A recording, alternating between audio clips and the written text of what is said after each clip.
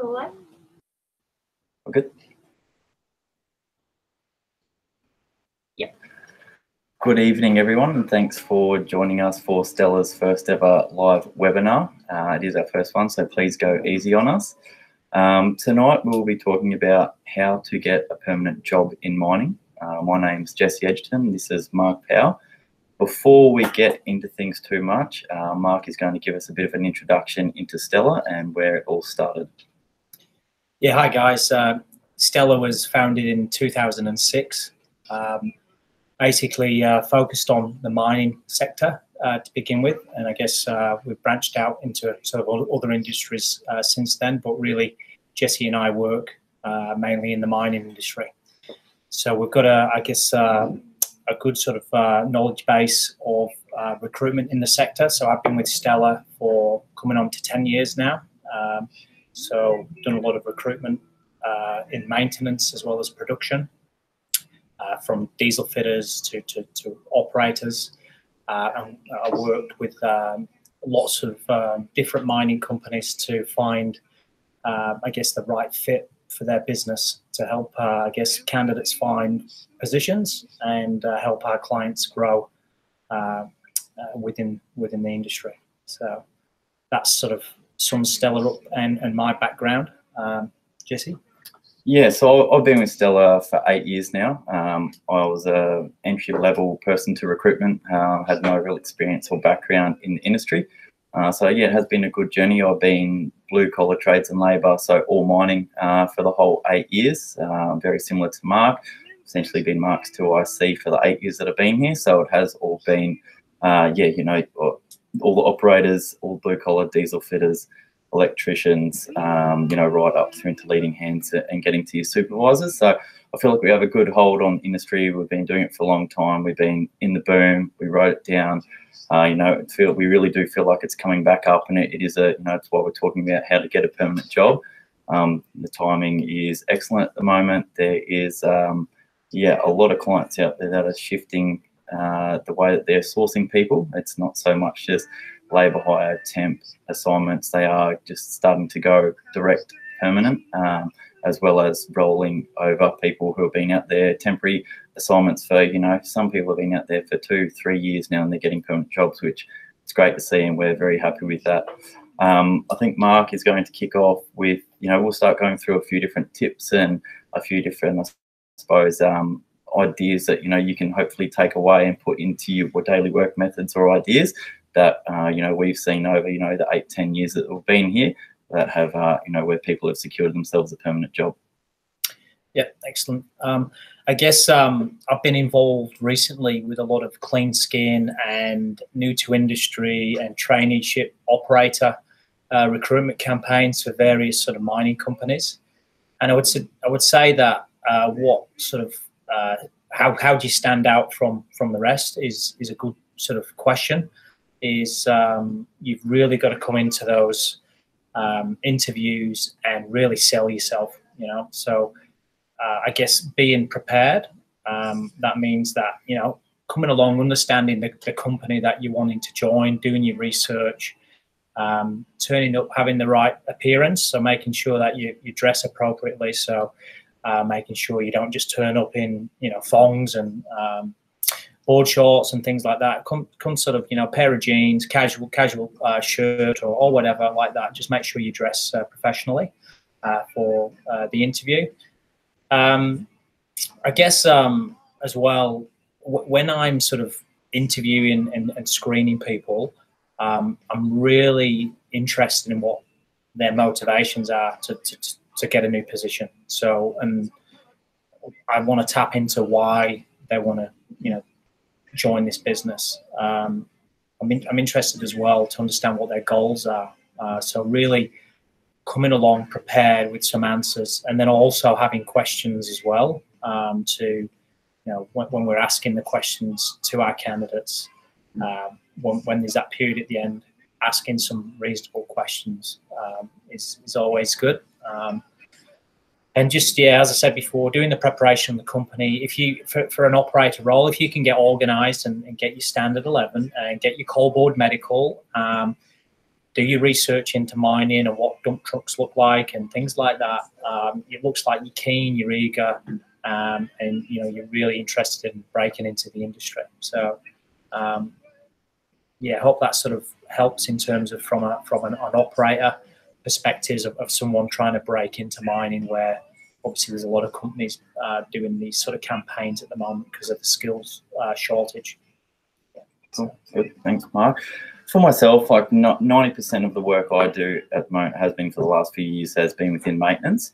Like I am the division manager for the trades and labour team, but I do essentially still recruit roles within maintenance. And so a lot of the jobs, especially over the last few years when the industry was in a little bit of a dip, that it was all contract work, and a lot of people are then starting to transfer their roles in temp to perm. And there's always been this 3 months temp to perm that we talk about, essentially like the probationary period. Sometimes after 3 months people will get that job, but the biggest thing is it's patience, and it is hard to have sometimes, because at the end of the day you want a permanent job. It's security. It's good for the family. It's good for buying houses, buying the cars and the toys and things. We completely understand that. But some people kind of get lost in the process, and they might see someone next to them who's got a permanent job. Patience and just appreciating the process. And, if we say it's not rocket science about, turning up to work, it's like me coming to work each day. You got to turn up, and you have to be present, and you have to be keen to do your duties, do the work that's in front of you, and build relationships. A lot of people forget that building relationships with, your supervisors, your colleagues, making yourself known for all the right reasons is, at the end of the day, I've seen people who they might have been, the most skilled tradesman, and they've missed out on a permanent position for someone may have been a little bit lesser skilled, but their drive and motivation to be probably the best version they can be at work, and to build into the company brand and what they believe in on a daily basis, it actually goes a lot further. Don't get me wrong, skills, resume, tickets, qualifications will never be superseded. They're always important, but attitude, positivity, working within that team environment goes a lot further than a lot of people expect. It's don't get me wrong, like skills, they're always going to be there, but it's all about what motivates you. And it's similar to what Mark was saying, you have to be motivated, and you have to have goals that align with the company, and it helps people go a lot further, which is, what we try and, envision into people when they're a contract workforce. Be patient. We know they're handing out permanent jobs, keep doing all the right things. We sometimes, coach them and help them where we can. And, it always makes us happy when they do get that permanent shirt at the end of the day. Yeah, just to what Jesse said, attitude and work ethic. Those are the big things which employers are looking for at the moment. That they're able to sort of train people on the rest, but really entry-level roles into mining. If you can prove that you're keen, you're eager, you've got the right attitude and the work ethic, you'll go far. So that's been proven. Number of examples over the years I've worked in, at Stella, recruiting people. Clients will come to me and say, I just want someone who's got the right attitude and work ethic, and we can teach the rest. So yeah, as Jesse said, skills and knowledge base and technical knowledge is important, but yeah, clients more and more just want people who've got the right attitude, who are team players, to be able to, I guess, help with the cultures they've got on site and build the culture and improve it. So, simple things like turning up on time, okay? Look at your position description. Just do your job. Turn up, do your job, go home. Don't whinge, don't bitch, and it's pretty simple. But so many people get it wrong. So, yeah, I hope that sort of helps in terms of, relaying some of those core values about how to get a job, whether you're an operator or a tradesman in mining. Yeah. And just on that, I will touch on it, and it's talking about, the things that people can get caught up in. And, you do hear this quite a bit, I think, within mining. Don't get caught up in the politics, and because it is a thing, a lot of people do get caught up. Rumours. I've never seen rumours spread so fast than what they do in the mining industry. But one thing I do want to say is that just remember, it can take a couple of years to build your personal brand up. You have to have your personal brand, who you are, as whether you're a tradesman, you're an operator. You build your personal brand, what you're good at, what you're there for. but you can damage that so quickly with a silly mistake. And I've seen it countless times where people get caught up in some chit chatter on site and they'll question it. There's an argument, and they can really damage, you know, what they've had and their job and their career. So it's yeah, my advice is don't get caught up in any politics. You know, just trust yourself, what you can do, what your skills are, what you're capable of within your role. You know, and I guarantee that it won't be long before your supervisors and your managers, especially in the market we're in now, where companies, you know, are changing their whole workforce structure, where, you know, it used to be a lot more, you know, contract workforce, but they're looking to lower them and put a lot more people on permanent. So it's a good time to get in, knuckle down, and make yourself known for the person that you are. And yeah, I do hope that a lot more people out there are securing permanent jobs, because I understand, you know, the security behind it all. I might just go on and just read out a question from a Dwayne Falowski. So his question was, I've been operating a haul truck for the last 6 years, and he's wanting to upskill himself and work on other machines. He's not been given the opportunity to do so. So he's wanting to know what he can do to, I guess, upskill himself. So for, I guess, it's a great question. Some companies, there's the ability to be able to, you know, work on a truck, grader, dozer, excavator. That's great. And they've got the ability to train people in those different areas. Some companies don't. So it's just a matter of trying to find out the companies which have the right training opportunities to get on these different pieces of machinery. My sort of advice to you guys would be is really sort of speaking to the training department, your supervisor, and just explaining your wish to really advance and you know, have new skills, to see if there's anything that your employer would be able to do. There are companies out there chasing people who, you know, have got career paths that you can start as a truckie, then move into a multi-skilled sort of operator role. So, I mean, ultimately, where we are in the marketplace at the moment, everybody is trying to retain their staff. So there's a lot of conversations at you know, at sort of site leadership level about retention and recruitment. So it's definitely a good discussion point, and everybody's trying to keep people, you know, engaged. So yeah, hopefully that helps. You know, have the conversation on site first with your supervisor. If it's a roadblock, maybe you start fishing around and seeing what companies provide extra training if that's what you want to do. And Mark, a question has just come through. I think you actually know the answer to this one. Okay, from Stephen. Does a Cert 3 in surface extraction operations prevent you getting a traineeship?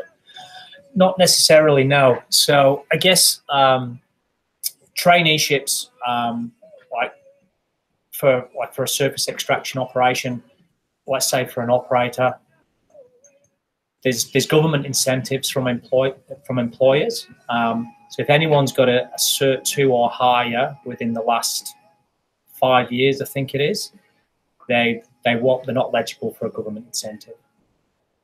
When we're recruiting, whether we're doing Cert 2 or Cert 3 extraction operation recruitment, we're not interested in what the government incentives are. We're looking for the best candidate.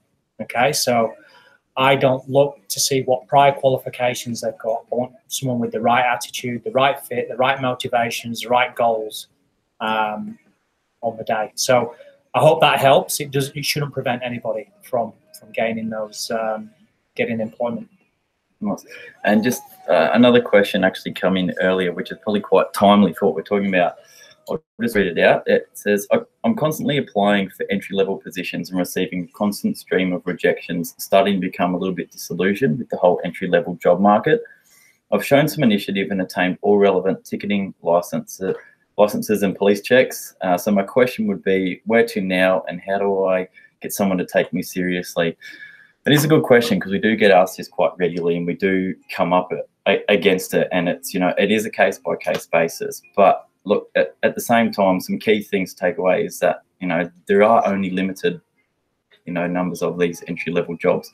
Although I do think there are going to be a lot more, but don't be too disillusioned, because it's one of those things that you got to stay positive and keep trying, because you can knock on 5 or 6 doors and the 7th will open, but it's just not always going to happen the first time. You might hear the success stories, first person, the first job they apply for, and straight they're in. But unfortunately, it doesn't happen like that for everyone. The job numbers will increase for entry-level positions. The skill shortage, will eventually sneak up to where it was quite a few years ago in the boom. It is coming, and I think companies, whether it's recruitment companies directly, are a lot smarter, a lot more ahead of the game, and they can see it coming. So I think there's going to be a lot more opportunities. But one key thing that I will say is that, lots of people hear about fly in, fly out and all these kind of things, these positions. You can live in Brisbane, live Sunshine Coast, live the coastal life and still work. If you're dead serious about an entry-level position into mining, move yourself to the regional centres. You need to be in Mackay, Rockhampton, Moranbah, build a network up there. There's so many people that, whether you're out to dinner, you could be at a pub, you could be, filling up petrol, and you start talking to someone. Everyone's in mining up there, and you can build a network. You'll talk to the right person at the right time, and they'll help you. And it does sound like a bit of a gimmick, but it does happen. It's, right place, right time. But, being in places like Brisbane, New South Wales, trying to work in Queensland mining, first ever mining job, looking for that big fly in, fly out job, I will break it to you, it's not going to happen. Not in that market. They want people to be up there, involved in the community, and you will have to make that leap, do a couple of years, and then you can move away. It's seen people do it, and it works for them, and my advice is to go and have a go at it. Right. Questions-wise now, is there any further questions? I did see another question come through. It's asking, can we apply for jobs from overseas? You certainly can, but it just, obviously there's new visa requirements to work over in Australia at the moment. I won't lie, I'm not across all of them. But like what we're saying, mining, especially in Queensland, New South Wales, and I can even speak for our guys over in Perth, that they want you to be here and be involved in the community initially. Look, if depending on your experience and what you've done and what clients that you are, what kind of work that you're looking to do and what level it is, but you can certainly apply from overseas. But in regards to living and organising your own travel back over here, it does add an element of difficulty. And if there was 2 resumes next to each other, very similar experience, one person lived Brisbane, one person lived over, whether you placed it, you could be in Thailand, you could be in Indonesia, Fiji, wherever you are, Papua New Guinea, it does make element of difficulty. And I do feel that clients are always going to go for the option where there's less flights, less travel dramas may be included. So I'm definitely not saying no, but it does add that element of difficulty to be higher. Yeah, back in the boom, in terms of like 457 visas and things like that, they were definitely they were on the list, for trades in particular, and a number of other sort of senior mining roles, engineers as well. Right now, I think just mining engineers might be on the 457 list. In terms of trades, not at this present time. So I think, it may go back to that again, but we'll just have to see what the government has to say. Throughout the year. I got a question from Joseph Di Giamnio. Sorry if I've got that wrong. I've been in mining for 7 years as a contractor and want to get my foot in the door with coal. How do I do that? So without sort of knowing more of your background, I guess you're possibly working in another state, maybe WA, let's say, and you're wanting to get into coal. I guess right now, just so you guys understand, coal mining, we're looking mainly predominantly Queensland and New South Wales. Okay, so in Queensland, in the coal, the most common roster is a 7-on, 7-off roster. Okay, so you have to base yourself within sort of Mackay or Rockhampton or Brisbane for like a 7-7 roster, maybe Townsville as well. So they're all drive-in, drive-out roles. There's a few fly-in, fly-out positions, but very seldom. So you've got to live in those sort of communities, those regions. Quickly on New South Wales, you've got Hunter Valley, you've got Gunnedah Basin, and then you've got up near towards Mudgee as well. It's all residential roles. The rosters are set up very differently in New South Wales. They're not the week on, week off roster. It's like 2 days work, 2 days off, 2 days work, 2 days off. It's a 4-panel roster they have down there. So it sort of doesn't promote sort of living outside of those communities due to, I guess, the amount of R&I is a lot smaller.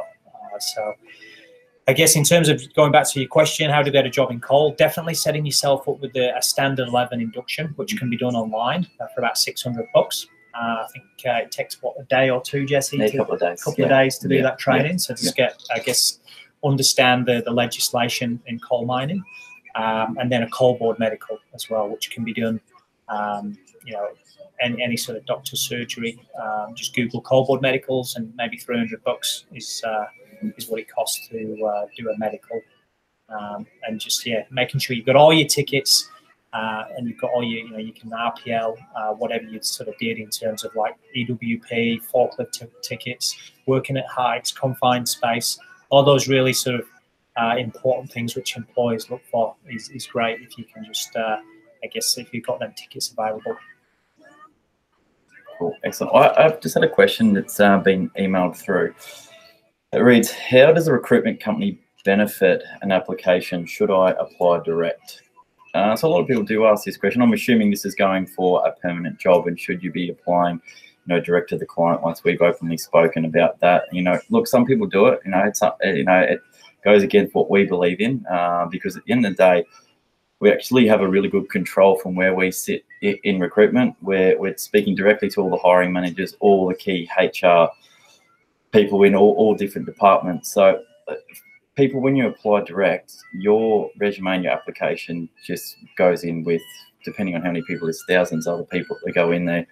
When we're sending people, we've obviously spoken to you guys, we've done the reference checks, we have your tickets, qualifications, we're straight to the hiring manager. It's not waiting to be put through a spool, and it can be quite a long-winded process. With recruitment companies, the whole thing with recruitment companies is service delivery, getting back to everyone as soon as possible, because it's a fast-paced environment. And look, it's up to what way you go. Some people, it is a trust thing, but at the end of the day, we want to help you as much as we hope that you guys want to help us, and it's all about working together. It is a partnership at the end of the day, and so I would hope that no matter what recruitment company that you are working with, that they'll keep you updated throughout the process, how your application's going, is there feedback, is any more information required. But in regards to the benefit, is that we are speaking to the correct people, hopefully the fingers on the pulse, and we'll keep you updated through every single step of the way, letting you know when feedback's coming, when jobs are closing, what to do next, is there anyone else you can speak to, can we organise an interview for you, and those kinds of things. So it's I think it's a personal preference, but I hope whatever agency or recruitment company you're working with, they are treating you correctly throughout that process.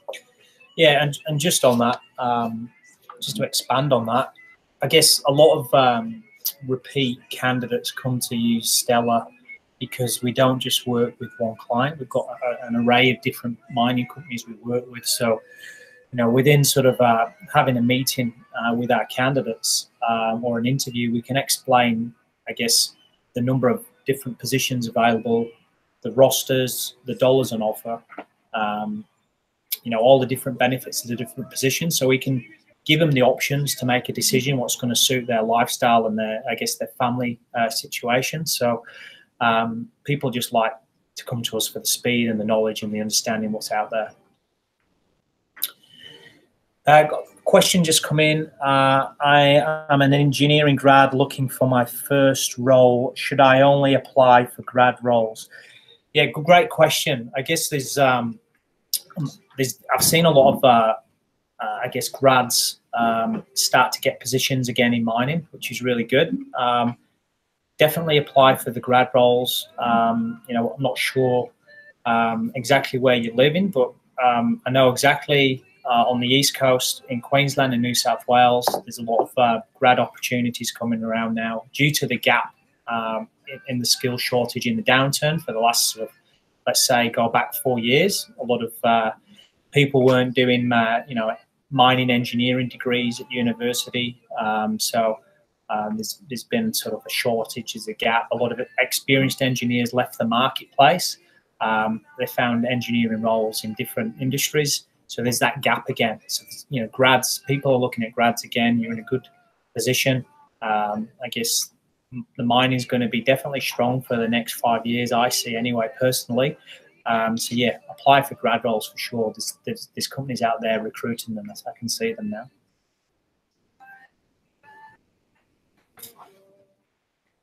I just had another question pop up in front of us. It says, I'm a fitter in the ag industry. Is my experience relevant for a mining role? And couldn't probably ask this question at a better time. Agricultural is a topic that is on everyone's lips at the moment, especially our Stella over in New Zealand. That's where a majority of their key fitters, mechanics have come from agriculture, and they've either put them into mining, or a lot of them have actually, with Kiwis have come over here to Australia and they're transitioned into mining. Agricultural is definitely held in a very positive light throughout mining. Don't get me wrong, some companies, depending on what their requirements are and what they have in their job descriptions, will still want to see people who have previously come from mining. But there is a lot of client meetings that we've been going on this even recently in the last few weeks. Agricultural, civil construction backgrounds, as long as they've got the experience. But again, what we were talking about earlier, it's that attitude. If they've got the right attitude and they're keen to, make a career out of this, and they've got the goals to then step into this industry, could be looking to get away from Monday to Friday, or you could be working on a farm and, there's no set hours. You just got to work when you have to work, but want to transition into a roster. Definitely, I'd certainly encourage you to get in touch, because there is a skill shortage slowly sneaking upon us, and I think that you're definitely in the hot seat to secure yourself a good position. Like I say, look, it might not start off in one of these permanent roles that we're talking about. You go out there, you prove yourself in these contract positions, you do all the right things, you got skills and experience, you can land yourself a permanent job, no problem. Yeah, just keep mentioning obviously the skills shortage at the moment. Right now, what's Stella proactively looking to do to sort of work within that trade space to fill some of these gaps? We're working with 2 clients right now to provide trade upskilling opportunities. So what do I mean by trade upskilling? As Jesse said, looking at different industries. So agriculture, we're looking at light vehicle fitters, who've worked for like dealerships. We're looking at people who've worked from the armed forces, who've worked, in the army and things like that. So bringing people in with the right attitude, not necessarily have the mining experience, but they've got a mechanical background and a knowledge, and then putting them into a position where they're starting at sort of a basic entry-level role, working around experienced fitters with mining experience. That's the way the industry's going. So definitely it's a great time now to start speaking to mining companies, recruitment agencies, which are looking for, I guess, someone from your background. Can you answer that one? Yeah, okay. Question here, when is the next trainee roles available? Great question. Everybody sort of wants to know that. So just to let you guys know, every time we run a trainee campaign or clean skin campaign or new to industry campaign, when we're bringing in, I guess, operators, let's say, we get bombarded with resumes. So there's so many people out there wanting to get into mining because, they think, it's obviously a lucrative job and, good money, this, that, and the other, good roster, good lifestyle. As an example, we put an ad up maybe 2 weeks ago. We put it up on a Friday. We shut it down on Monday morning. We had 2,000 applicants and we only had 12 positions. Okay, so where do we start? How do we screen 2,000 applicants to get to 12? So it's very, very difficult for us. When our next trainee roles are available, we will basically go to our existing contract workforce, or we will put roles on Seek, okay? But they won't be up there for long due to the amount of applications we receive. And it's very difficult to get back to everybody as well, okay?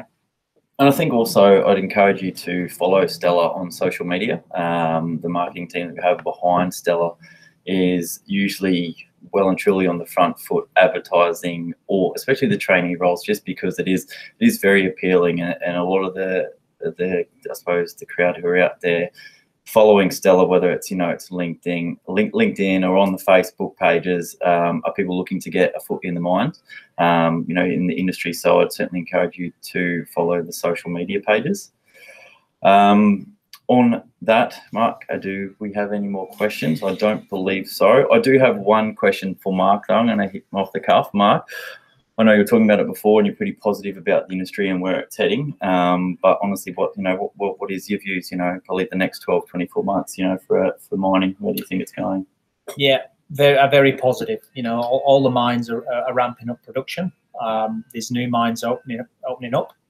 So there's a demand for people. Okay, so what will happen? There's going to be a supply and demand issue right across the board, from your sort of entry-level roles, sort of wages, blue-collar positions, right up to your senior management roles. So we're in a position where it'll be supply and demand. So we'll see wages probably go up, which we're already seeing at the moment. I don't think they'll get as high and go as crazy as we did sort of in the last boom, because we've got to be a lot smarter this time around about how we manage costs as a business. But yeah, it's very positive. It's a great time to get into mining at the moment.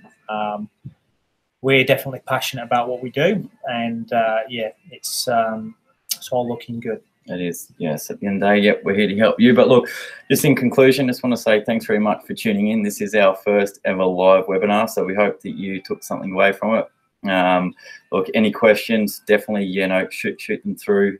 Jump on the Stella website. Let us know. Keep the questions coming. We'll certainly do our best to get back to everyone. I'm sure that we'll definitely catch up again soon. Mark, anything else from you, just in conclusion? Not really. No, appreciate you tuning in, guys. Hopefully some of that content made sense. And yeah, stay tuned for the next one. Thanks very much. Thanks, Cheers. guys. Bye.